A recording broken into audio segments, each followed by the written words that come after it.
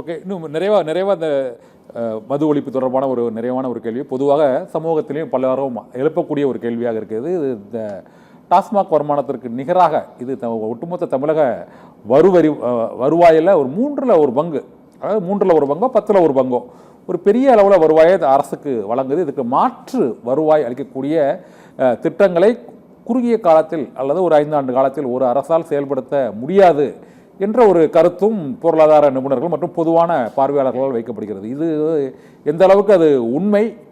டாஸ்மாக் வருமானம் இல்லாமல் ஒரு அரசால் இயங்க முடியாதா? ஏங்க இது என்னங்க, இது பைத்தியகாரத்தனமா இருக்குது. நீங்க ஒரு வீட்டுக்கு ஒரு பெண்ணுக்கு 1000 ரூபாய் தரேன்னு முடிவு எடுத்து பண்றீங்க. அதுக்கு உங்களால பண நிதி ஒதுக்க முடியுது, சரிங்களா? இந்த திட்டத்தை தடுத்து நிறுத்தினீங்கன்னா ஒவ்வொரு வீட்டுல இன்னும் 2000 ரூபாய் சேர்ந்து இருக்கும். அந்த பணத்தை அவன் சமூகத்துல செலவு செய்வான். அது பொருளாதார ரீதியா வளர்ச்சி அடையும். நீங்க கொடுக்கக்கூடிய சாராய கடையில கொடுக்கக்கூடிய காசுல நீங்க வரக்கூடிய கலால் வரியை மட்டும் தான் கணக்கு பண்றீங்க. சாராய கம்பெனிக்கு எவ்வளவு காசு போகுது? அந்த பொருளாதாரம் திரும்ப சமூகத்துக்குள்ள வருதா? அது ரீஇன்வெஸ்ட் ஆகுதா? அது எக்கனாமிக் மாடலே கேட்போம்.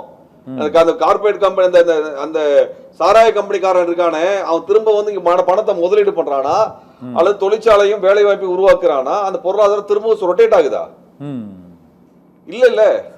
அந்த பணம் அதே குடிகார அதுக்கு நான் குடிக்கு சாராயத்துக்கு செலவு பண்றதுக்கு பதிலா நான் பொது இடத்துல ஒரு பொருள் வாங்குறதுக்கு செலவு செஞ்சா சமூகத்துல பணம் ரொட்டேட் ஆகுது இல்ல?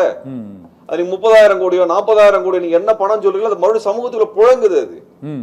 அது மறுபடியும் புழங்கும் பொழுது சமூகத்துல மறுபடியும் வருவாய்க்கான இடமா தானே நிக்கும். அதே 1000 ரூபாய அவன் வேற ஒரு பொருளுக்கு செலவு பண்ணானா 10-12% வரி நீ வாங்குறீங்கல்ல? அந்த வரி பணம் எங்க வரப்போகுது? அவர் அரசுக்கு தானே வரப்போகுது, வருமானமா தானே வரப்போகுது. எப்படி வராம போகுது? அவன் பணத்தை எடுத்து புதைச்ச வச்சுக்க போறான். இல்ல திருமுருகன், நான் கேட்கறது இந்த துறை போல ஒரு ஈஸி மணி மற்ற துறைகளில் அரசுக்கான வருவாயை அளிக்கக்கூடிய துறைகளில் இது வருவதில்லை என்ற ஒரு காரணம் வைக்கப்படுது. அதான் கேட்கறேன். இதுக்கு இல்ல அது எதுக்கு அரசாங்கம் இருக்குது? சாராய கடை நடத்துறதுக்கு அரசாங்கம் எங்களுக்கு ஈஸி மணி வர்றதுக்கு பண்றதுக்கு அவங்கள தேர்ந்தெடுக்கிறோம். நம்மளுக்கு அதை நடத்த வக்கு இல்லைன்னா ஆட்சி அதிகாரத்துட்டு வெளியே போங்க, நாங்க எடுத்து நடத்துறோம். எங்களை போன்ற இயக்கங்கள் நாங்க நடத்துறோம். இந்த மூன்று அரசுகளும் அதை உடனடியாக டக்குனு டாஸ்மாக் கடையை மூடுவதற்கோ மதுவிலக்கை அமல்படுத்துவதற்கோ தயங்குவதற்கான காரணங்களாக இதை தான் பொதுவா சொல்றாங்க. அதான் கேட்கறேன், இப்படியா அவங்க இருக்காங்க அப்படின்னு தான் கேட்கறவங்க. இல்லைங்க, அது காரணம் இல்ல. சாராய கம்பெனிகள்ட்ட இருந்து இவங்களுக்கு கிடைக்கக்கூடிய லஞ்சம், இவங்க சம்பாதிக்கக்கூடிய பணம், அதுதான் அடிப்படை காரணம். சாராய கம்பெனி கிடைக்கக்கூடிய பணம். ஏன் சாராய கம்பெனிகளை பிரைவேடைஸ் பண்ண மாட்டேன், நான் அதை தனியாருக்கு கொடுக்க மாட்டேன், சாராய கம்பெனி அரசாங்கமே நடத்தும் சொல்லி பாருங்களேன், சாராய கடை மூடிடுவானுங்க. சாராய கடை மூடிடுவானுங்க, விடுதலை மூடிடுவானுங்க. நான் இந்த கட்சிக்காரருக்கு தர மாட்டேன், அந்த கட்சிக்காரன் சாராய கம்பெனில இருந்து காசு அதுல சரக்கு வாங்க மாட்டேன், சொந்தமா நாங்களே உற்பத்தி பண்ணிக்கோ சொன்னா சாராய கடை மூடிடுவானுங்க. இவங்களுக்கு அந்த வாய்ப்பு இருக்கா? புதிய அரசுக்கு அந்த வாய்ப்பு இருக்குதா? இதற்கு நீங்க கூறுவது முந்தைய அரசுகள்ல அந்த கட்சிக்காரங்க இல்ல, அதுவும் இல்ல. புதிய அரசு செய்யணும், புதிய அரசு செய்யணும். அது செய்யலன்னா மாற்றம் என்று சொன்னதுக்கு அர்த்தமே இல்லாம போயிடும்.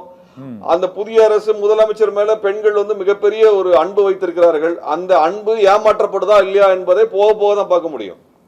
ஏன்னா பெரிய அளவுக்கு பெண்களை தான் பாதிக்குது, குழந்தைகளை தான் பாதிக்குது. அந்த குழந்தைகளுக்கும் பெண்களுக்கும் இந்த முதல்வர் விஜய் மேல பெரிய பிரியம் இருக்குது அப்படின்னா, முதல்வருக்கு இந்த குழந்தைகள் பெண்கள் மேல பிரியம் இருந்தால் அவர் முழு மதவிலக்கு கொண்டு வர வேண்டும். அதான் நம்ம சொல்ல முடியும். நீங்க கூறியது போலவே இந்த அரசுக்கு பெண்களும் குழந்தைகளும் தான் பெரிய அளவு ஆதரவு அளிக்கக்கூடிய சூழ்நிலையில் அவர்களுடைய குடும்பத்தை பாதுகாக்கக்கூடிய அளவுக்கு இந்த மது ஒழிப்பையும் டாஸ்மாக் கடைகளை மூடுவதற்கும் முதலமைச்சர் விஜய் நடவடிக்கை எடுக்க வேண்டும் என்ற ஆலோசனையை கூறியிருக்கிறீர்கள். நன்றி திருமுருகன், தோழர் திருமுருகன் காந்தி.